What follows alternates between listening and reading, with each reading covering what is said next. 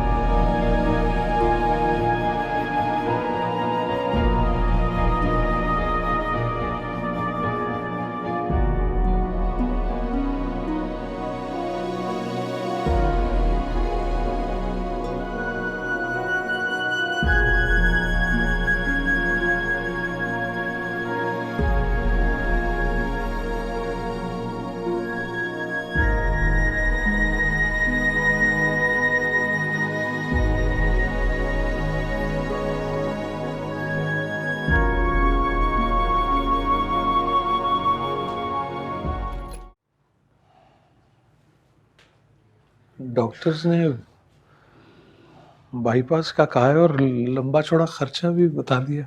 अब वो सब हो जाएगा। अम्मी की जिंदगी और सेहत से बढ़कर कुछ नहीं है। हाँ, तुम्हारी माँ का ही तो सहारा है मेरे पास, और इस सहारे को बचाने के लिए सब करूंगा मैं, सब कुछ।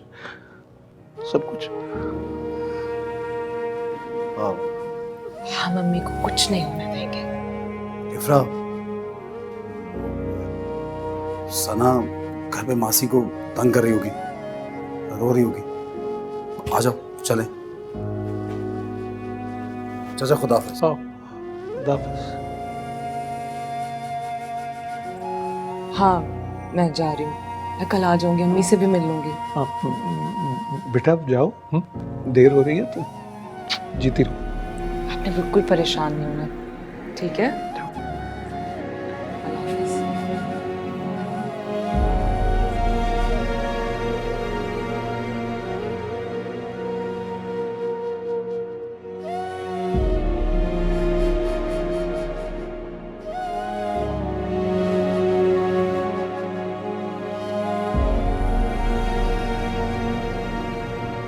एक तो ये जहर लगता है मुझे। कौन? ये तुम्हारा साथ भाई छिलतर। उफ, किस कदर घटिया और छोटी सोच है आपकी। मतलब मेरी माँ बीमार है और आप मुझसे साद भाई के बारे में बात करें क्योंकि वो आपकी मरहूम बीवी के होने वाला मंगेतर था। जी नहीं, अपना रवैया देखा तो उसके सामने मुझसे। हाँ, तो अपने रवैये के बारे में क्या ख्याल है आपका? मैंने ये कह दिया तुम्हें। देखो बात सुनो, मैं कोई बहस वहस नहीं करना चाहता, मैं बस चुपचाप सब कुछ बर्दाश्त कर रहा हूँ, तुम्हें भी सना की खातिर बस। हाँ, तो मेरे साथ सख्ती से पेश आने की ना कोशिश भी मत करना। मैं भी सना की खातिर इस रिश्ते को निभाऊंगी, लेकिन जुल्म बिल्कुल बर्दाश्त नहीं करूंगी मैं। और हाँ, कुछ भी करने से पहले सोच लेना कि ईंट का जवाब पत्थर से आएगा।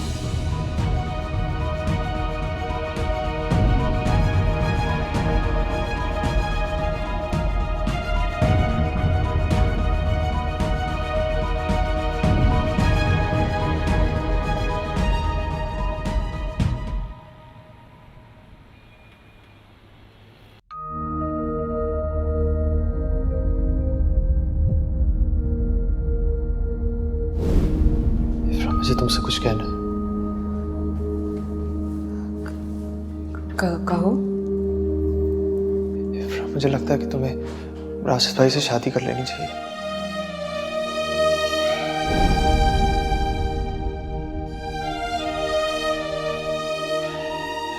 मैं मज़ीद दुख नहीं देना चाहता। मैं जानता हूँ कि जब तक मैं यहाँ रहूँगा तो ये हमारे माजी के रिश्ते को कभी भी नहीं भूलने देंगे। माजी का हवाला हमेशा तल्ख होता है, दुख देते।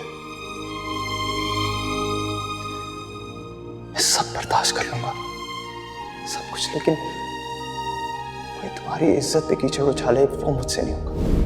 ऐसी कयामत हम पे गुजरी,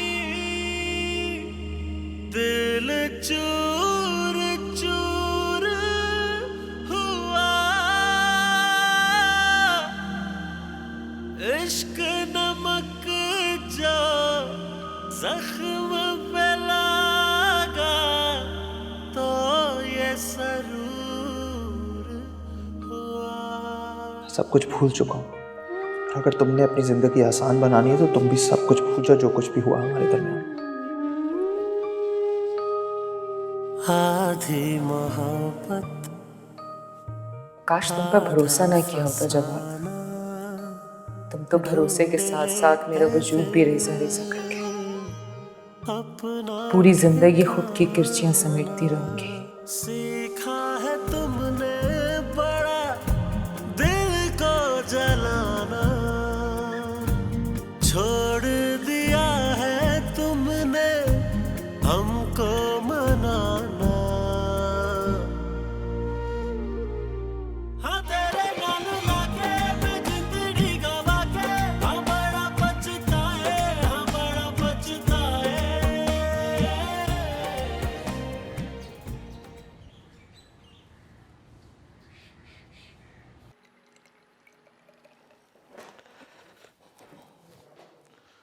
इफ्रा बेटा, कैसी तबीयत है आफिया की? हालत अच्छी नहीं है। क्या कह रहे हैं डॉक्टर? कह रहे हैं बाईपास हो गया। अल्लाह रहम करे, सेहत दे उसे। तुम तैयार है ना नरगिस? शाम को चलेंगे। हाँ, लेकिन मुझे तो नादरा की तरफ। जितना कहा है उतना सुना करो। ऑपरेशन का कब कह रहे हैं डॉक्टर? जब हमारे पास 15-20 लाख होंगे तब। तौबा तौबा, 15-20 लाख? तो गवर्नमेंट के अस्पताल से करवाओ ना ऑपरेशन, वहाँ यही काम 1 से 1.5 लाख में हो जाएगा। क्यों मुख्तार साहब? मेरी माँ की हालत अच्छी नहीं है और आप क्यों परेशान हो रही है? आपसे तो पैसे नहीं मांगे मैंने। वो मेरी भाभी है नरगिस, उनसे जो कुछ हो सका करूंगा उनके लिए। अब जा कहाँ रही हो तुम? मैं अम्मी की तरफ जा रही हूँ। सना को रशीदा के पास छोड़ के जाऊंगी, ठीक है? राशिद छोड़ देगा तुम्हें, कहो उसे। मैं खुद चले जाऊंगी।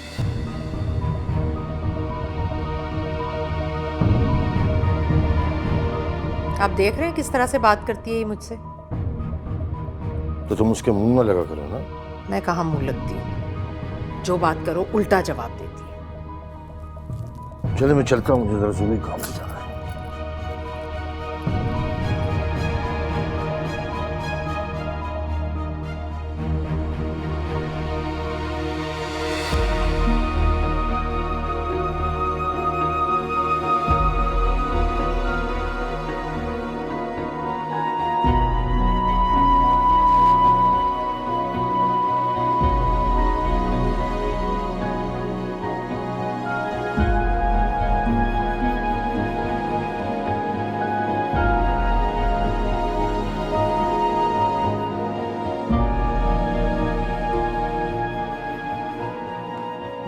सरकारी अस्पताल में तो साल 1.5 साल में बारी आती है, समझ में नहीं आ रहा क्या करूँगा। अबू क्या हम किसी से उधार नहीं ले सकते हैं? कौन देगा इतना बड़ा कर्जा?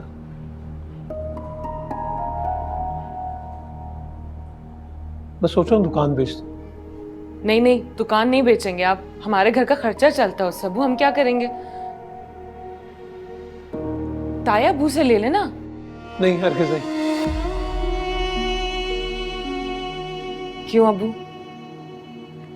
वो तो बड़े भाई हैं आपके।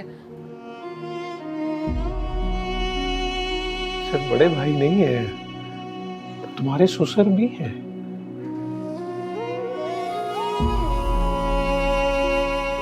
बेटी के ससुराल से कुछ मांगना किस मुंह से? बड़े थे तो हिम्मत नहीं पड़ी कर। शर्मिंदगी के गहरे बादल वजूद पर छाए हुए हूं ना, पार नहीं देखा जाता। ठीक है, अगर आप नहीं मांग सकते तो फिर मैं ही बात करूंगी उनसे। हरगिज़ नहीं। बाप की इज्जत का कुछ ख्याल है या नहीं? अबू मैं आपकी इज्जत पे कभी आंच नहीं आने दूंगी, लेकिन इस वक्त सबसे अहम अम्मी की जिंदगी है, हमारी अना और इज्जत से ज्यादा। फिर भी तुम बड़े भाईजान से ऐसी कोई बात नहीं करोगे। मैं खुद कुछ कर लूंगा। मैं कर लूंगा खुद कुछ।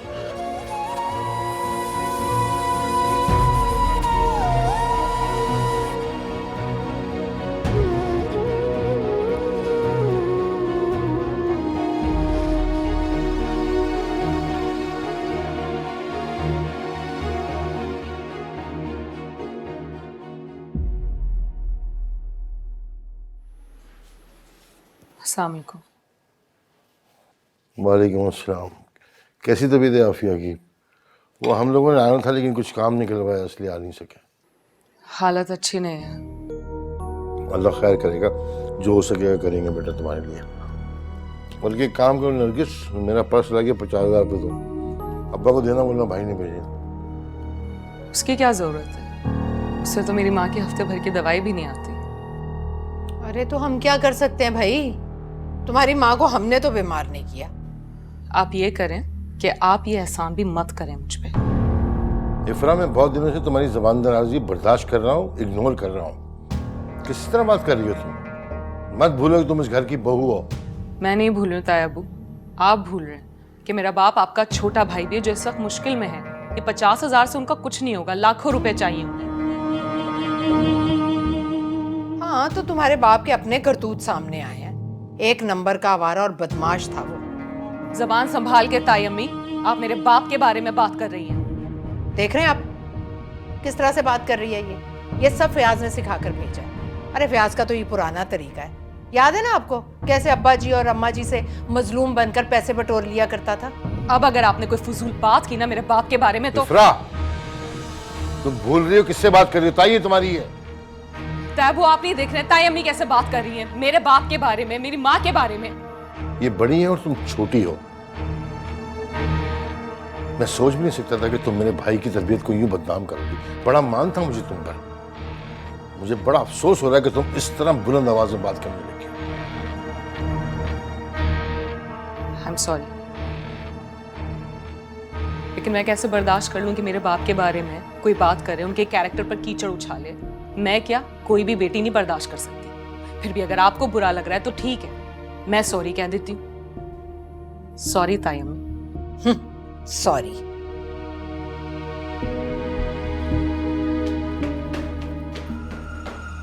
मैं आपसे कह रही हूँ ये सब फयाज की पढ़ाई हुई पट्टियां हैं। उसी ने कहा होगा जाकर मुख्तार से पैसे मांगो। अरे माँ की बीमारी का तो बस बहाना है। खुदा के वास्ते यार कभी खामोश भी रहा करो।